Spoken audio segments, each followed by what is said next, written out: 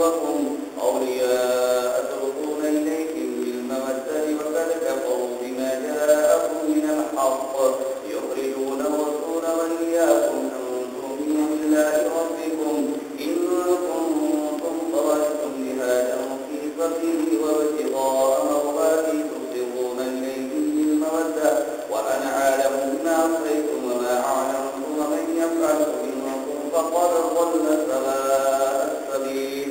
إن يتقوكم يكونوا لكم أعداء ويبسطوا إليكم أيديهم ألسنتهم بالسوء وودوا لو تكفرون لن تنفعكم أرحامكم ولا أولادكم يوم القيامة يفصل بينكم والله بما تعملون بصير قد كانت لكم أسوة حسنة في إبراهيم والذين معه إذ قالوا لقومهم إنا براء منكم ومما تعبدون من دون الله كفرنا بكم وبدا بيننا وبينكم العداوة والبغضاء أبدا حتى تؤمنوا بالله وحده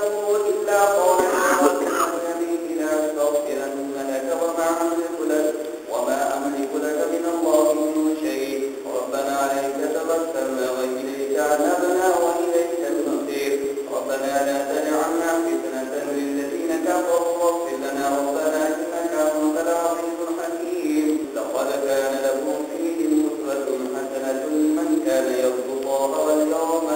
واليوم الآخر ومن يتولى فإن الله هو الغني الحميد عسى الله أن يجعل بينكم وبين الذين عاديتم منهم مودة والله كبير والله غفور رحيم لا ينهاكم الله عن الذين لم يقاتلوكم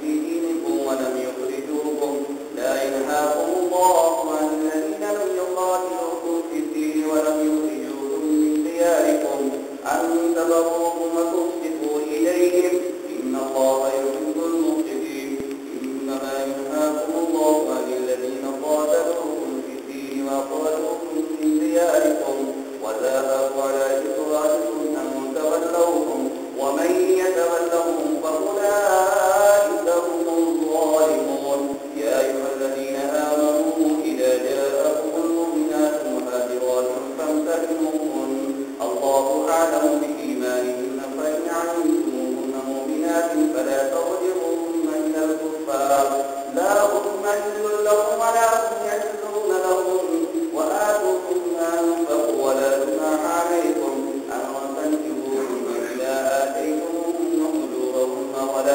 ولا تمسكوا برسم الكبائر وتجعلوا ما أنفقتم وليجعلوا ما أنفقوا ذلكم حكم الله يحكم بينكم والله عليم حكيم وإن فاتكم شيء من أزواجكم من الكفار فآخرتم فآتوا الذين ذهبت أزواجهم مثل ما أنفقوا واتقوا الله الذي أنتم به مؤمنون يا أيها النبي إذا جاءك المؤمنات يبايعنك على أن لا يشركن بالله شيئا ولا يسرقن ولا يقتلن أولادهن ولا يأتين ببهتان يفترينه بين أيديهن وأرجلهن ولا يأتينك في معروف ففعلهن واستغفر لهن الله إن الله غفور